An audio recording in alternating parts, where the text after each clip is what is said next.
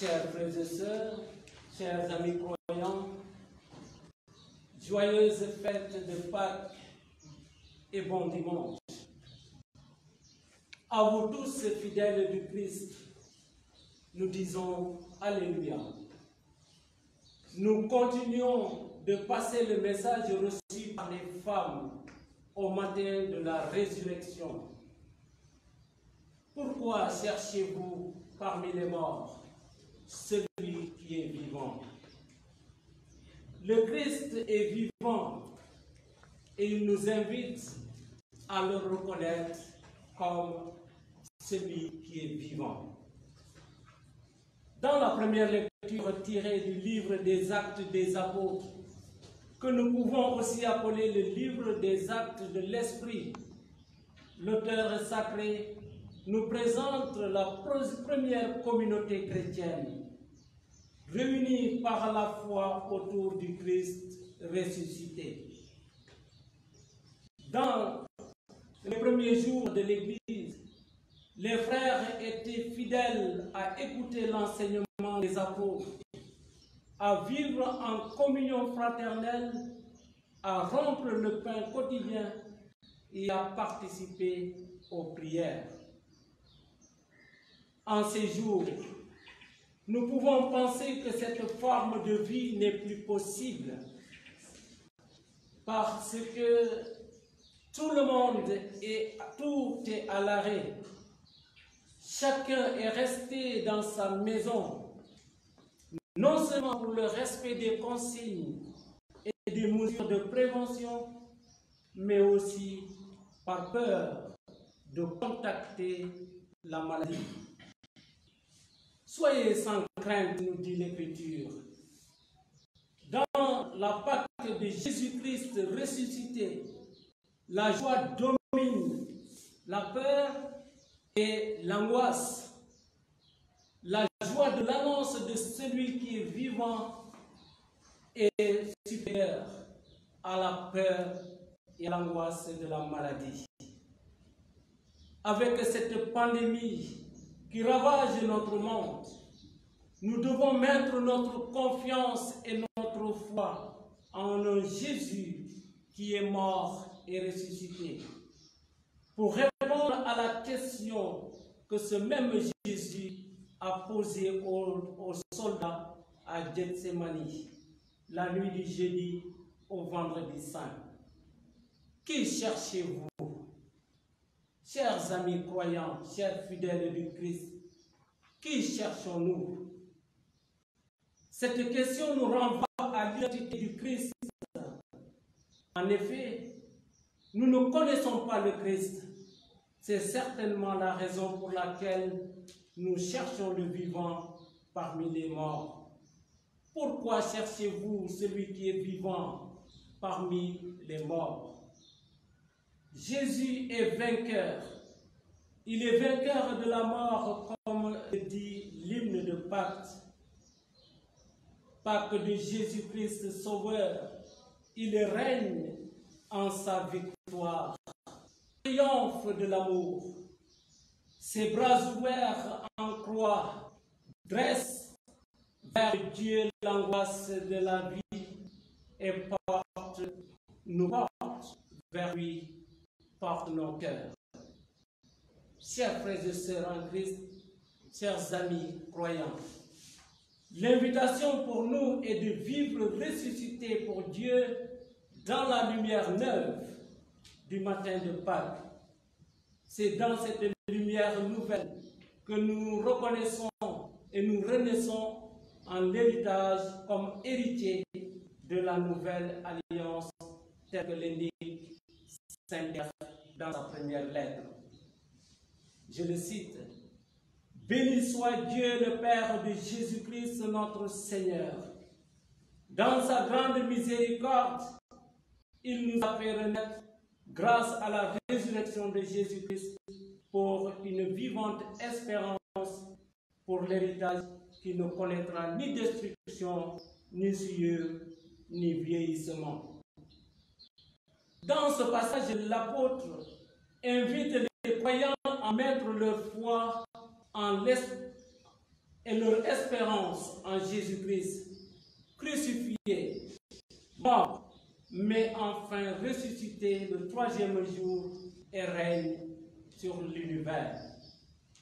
Par le biais du Fils, Dieu le Père s'engage désormais à renouveler la relation avec le monde et en particulier une relation intime avec l'homme. Le Fils a accepté d'être victime de la trahison de Judas, du reniement de Pierre, de la torture des soldats et du rejet du peuple entier qui pense qu'il mérite la mort. Mais grâce à sa victoire sur la mort, il rejoint tout homme dans sa cachette et lui apporte sa paix. Dans l'évangile de ce jour, Saint Jean met effectivement en exergue cette dimension de la foi à la résurrection. C'était après la mort de Jésus le soir du premier jour de la semaine. Les disciples avaient verrouillé les portes du lieu où ils étaient, car ils avaient peur des Juifs.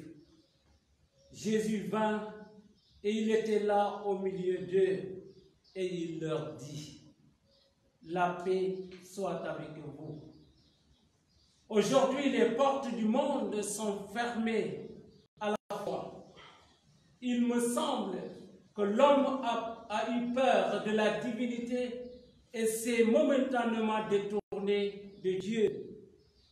L'homme a pensé évacuer Dieu de sa vie pour exprimer sa liberté. À l'instar de nos parents d'Adam et Ève, l'homme a voulu être son propre Dieu et en éliminant toute forme de référence à la divinité. Mais aujourd'hui, comme nous le lisons dans l'écho de la mission des pères piaristes de l'Afrique de l'Ouest, face à la pandémie du coronavirus, le monde peut enfin observer une pause et jeter un regard sur sa course. Le monde observe enfin une pause nécessaire au-delà de la course effrénée qui cherche à satisfaire les besoins de possession d'une économie égoïste. Le capitalisme est enfin confiné dans les bâtiments. Les fortunés de la planète vacillent, écrit l'auteur dans l'écho de la mission. Les peuples les plus riches ou ceux qui cherchent à rejoindre la voie de l'émergence suspendent leurs projets les plus chers et se laissent arracher leur mouvement. Tout est en pause, tout est à l'arrêt, ce qui nous ramène à la question essentielle posée par Jésus à Marie-Madeleine à côté de son tombeau vide. Qui cherches-tu? Qui cherchons-nous? À l'appel de son nom, Marie reconnaît le Christ et confesse qu'il est le Maître. Et réellement, chers frères et sœurs, amis croyants, Jésus est le Maître de la vie. Il est le Maître de la mort et du sabbat. Le Fils de l'homme est réellement Maître. Après cette confession, Marie va à la rencontre des disciples pour leur annoncer la joyeuse nouvelle de la résurrection. En entendant cette annonce, deux disciples se dégagent du groupe et se rendent au tombeau pour s'enquérir de la situation. Non seulement pour faire un rapport de constat, mais pour entrer dans le mystère de la foi et participer au mystère du Christ mort et ressuscité. L'autre disciple, en se penchant, il vit et il crut. Tel n'est pas le cas de Thomas aujourd'hui, puisqu'il demeure dans son incrédulité, malgré l'insistance de ses condisciples, avec qui il a partagé la foi, avec qui il a partagé et vécu avec le Christ. Ceci pour dire que la foi n'est pas seulement communautaire, mais aussi une disposition personnelle et individuelle. Si je ne vois pas dans ses mains la marque des clous, si je ne mets pas mon doigt à l'endroit des clous, si je ne mets pas ma main à son côté, non, je n'y croirai pas. Chers amis croyants fidèles du Christ, certainement nous pouvons tous avoir la même attitude que Thomas. En ces derniers temps, nous sommes tous amenés et nous sommes à la recherche des preuves, des miracles et de l'extraordinaire. Mais malgré nos doutes et nos manques de foi, Jésus nous donne sa paix et son esprit comme premier signe de la miséricorde de Dieu et comme preuve de l'être ressuscité. En se tenant debout devant Thomas, le Seigneur lui ouvre la porte de la foi. Il lui ouvre la porte de la foi et l'invite à entrer. En lui permettant d'avancer sa main pour la mettre sur son côté, Jésus montre à Thomas qu'il est réellement vivant et qu'il l'aime et qu'il l'invite à sortir de son incrédulité et de sa torpeur de doute.